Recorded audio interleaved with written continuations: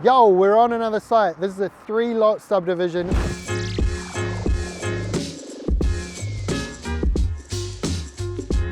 Upper hut's just over there. We're doing 2 townhouses in the backyard. We've been working on this plan for over 6 months with the owner. Let's go down the back and have a look.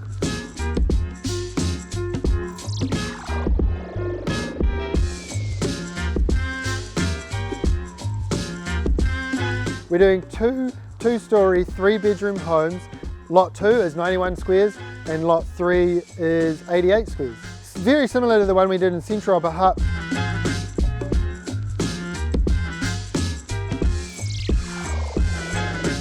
But it's got an extra bedroom and a second story. Those turned out great. Those have got happy new owners in them. It's time to do it again. So our clients used to live in that house there. That's now their rental.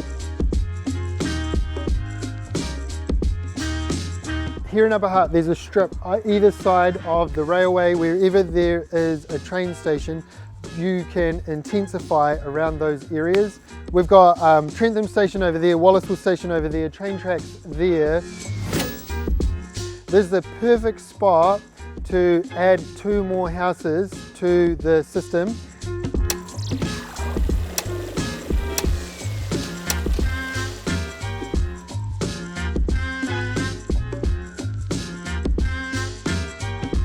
This is a great example of an area where the local council has promoted intensification, and it's because you can walk to the train station, and long term they see that area along the train tracks as being a great growth area.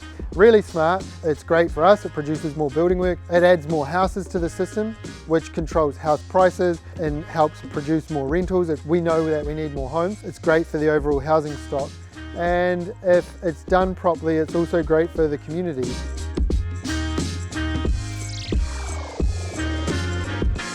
I think long term as well, they have a vision for these areas to become more like villages, and you can start to see that happen. Maybe if I'm still doing YouTube in 50 years, fast forward to this moment and we'll put a drone up and see what's actually happening.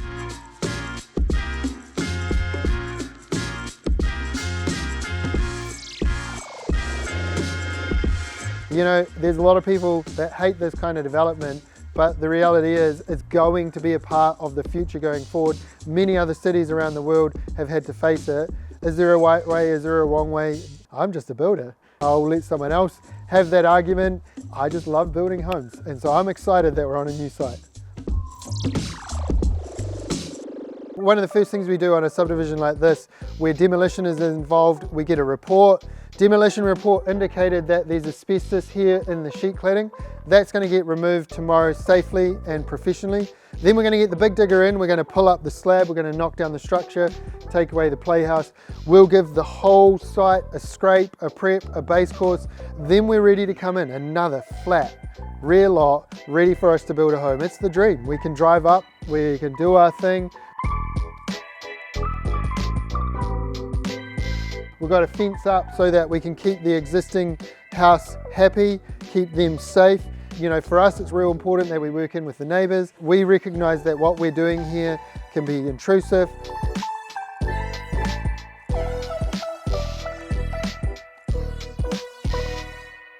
MTV Cribs, welcome to my one. So this has unfortunately got to go as well, as cool as it is. It starts with just an idea, and then you get a concept, you do site feasibility, and now we've got resource consent.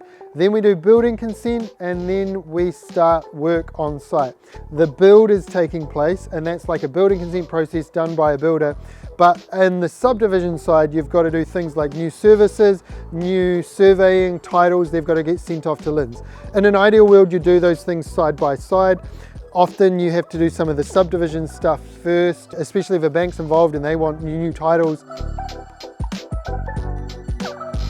Lots of builders don't really get involved in this stage of the build. They're kind of like, not my problem, call me when there's some actual building work to do. Personally, I like to approach it the other way. Technically, I'm not getting paid for this job until we start building work on site.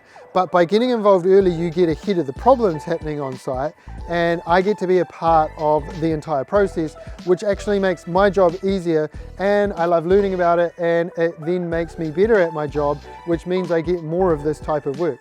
I just love doing this. For years, I've wanted to do this kind of work, and now I get to do it. And it's cool to be a part of the team providing the solutions on site.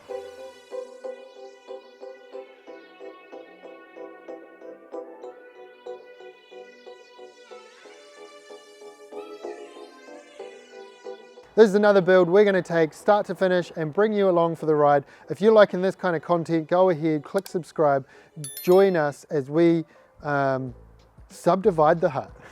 Let's go.